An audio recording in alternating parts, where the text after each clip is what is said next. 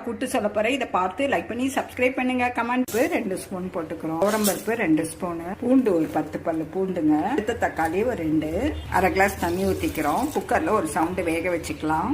4 spoon ஊத்திக்கோங்க. கடுகு ஒரு spoon போடுறோம். ஜீரகம் 3/4 ஸ்பூன் போடுறோம். உடம்பருப்பு ஒரு ஸ்பூன் போடுறோம். சின்ன வெங்காயம் போட்டுக்கோங்க, பொடியா நறுக்கி.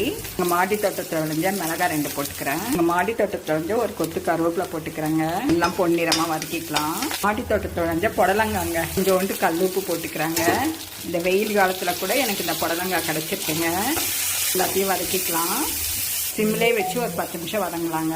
புடலங்கான்னு எடுத்துக்கிட்டோம்னா சிறுநீரில் இருக்க கற்களை கம்மி பண்ணுங்க, இருதயத்தை பாதுகாக்குங்க, மாரடைப்பை எடுக்கோங்க. வேக வச்சுட்டு அதில் போடுறோங்க. தண்ணி ஊற்றிக்கோங்க. மஞ்சத்தூள் அரை ஸ்பூன் போடுறோம். ஒரு 5 நிமிஷம் கொதிக்கட்டும். தேங்காய் ஒரு ஸ்பூன் போடுறோம். நெய் ஒரு ஸ்பூன் போட்டுக்கிறோங்க. இப்போ எல்லாத்தையும் கிண்டி விட்டுக்கலாம். புடலங்காய் கூட்டு ரெடிங்க.